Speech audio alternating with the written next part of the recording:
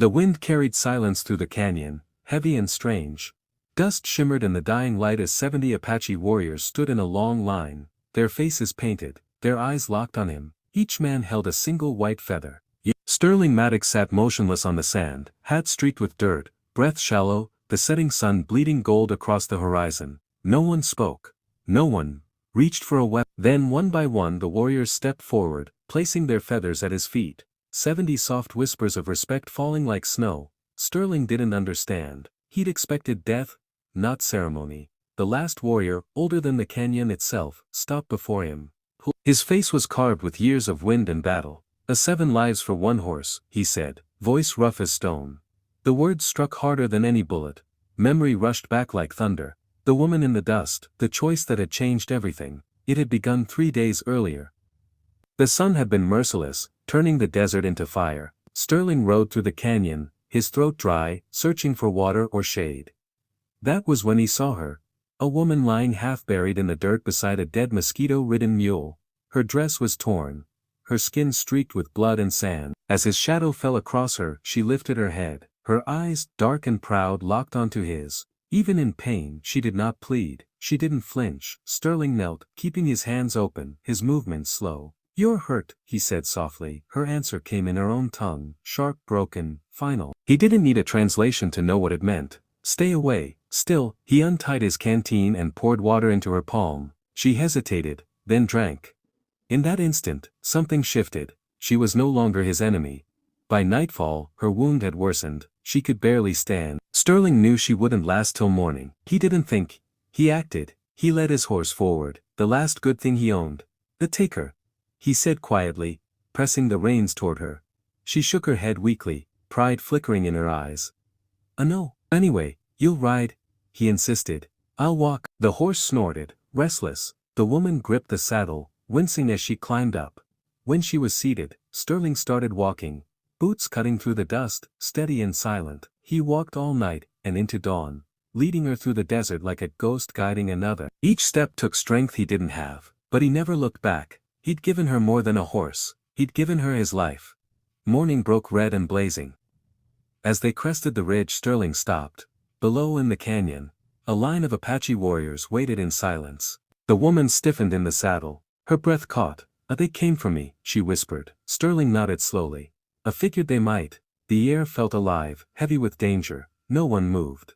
Then one warrior rode forward, stopping a few feet away. His gaze shifted from the woman to Sterling, then to the horse. Dismounting, he knelt and touched the bridle with reverence. "The law of the horse gift," he said quietly. "You are bound to her now." Sterling frowned. He didn't know there was a law. The warrior looked at him, unreadable. Erase. They brought Sterling to their camp, a circle of smoke, song and silence. The woman, now walking with effort but proud, spoke to the elder. Sterling couldn't understand the words, but he read the faces. Awe, confusion, respect. At last, the elder turned to him. "Among our people," he said, "a man who gives his horse to save a life ties his spirit to that life. He cannot break it. Not by choice, not by death." Sterling swallowed hard. He didn't do it for a law. The elder's eyes glinted. "That is why it matters." The woman glanced his way, her expression unreadable. "You walk with her spirit now," the elder continued, "and with the spirits of those who ride with her." Sterling looked down at his empty hands, realizing just how much a gift could cost. That evening, the camp filled with firelight and drums. The woman stood beside him, her wound bandaged in new cloth. She didn't meet his gaze. The elder raised his hands. "The man who gave his horse must be tested. The spirit of the gift must be proven." Sterling frowned. "Tested how?" "By truth," the elder replied. "You will speak your reason, and the fire will judge." Sterling almost laughed, but the solemn faces around him killed the thought. As the drums faded, the woman turned to him. "If you lie," she said softly, "they'll kill you." He nodded. "If I tell the truth," she hesitated. "They still might." He smiled faintly. "Then I'll make it a good story." At dawn the sky burned red. Sterling stood within a ring of stones, his hands bound behind him. The tribe gathered in silence, faces painted, feathers fluttering in the wind. The elder spoke first. "Why did you give your horse?" Sterling's voice was low, steady. Because she was dying." That is reason for pity, not honor." The elder said. "Why truly?" Sterling met his gaze. "Because I've been left for dead too. Once. By men I trusted." A murmur rippled through the crowd. The woman's expression softened, but she said nothing. The elder stepped closer, eyes searching. You seek forgiveness. Maybe, Sterling said quietly. But not from you. The fire cracked, sparks rising into the dawn. The elder nodded once. Then you are ready for the second test, sacrifice. Sterling managed a dry smile. Always figured that one was coming. They drove a spear into the earth before him, its tip gleaming in the sun. 5 warriors stood ready. You may name one to take your place, the elder said, or face all 5 alone. Sterling didn't hesitate. But no one takes my place. The elder studied him. And if you die? Then I die knowing I kept my word. The murmurs deepened. The woman stepped forward. Let me stand with him. The elder raised his hand. No, the law forbids it. Her jaw tightened. Then the law is. But Sterling shook his head. You owe me nothing. When the sun reached its peak, the test began. The cowboy stood alone, bleeding, but unbroken, and when it was done, no one doubted his heart. By dusk, silence returned to the camp. The elder approached, his face cut in shadow. You have faced truth and pain, he said. What remains is choice. Sterling lifted his head through blood and dust. Choice?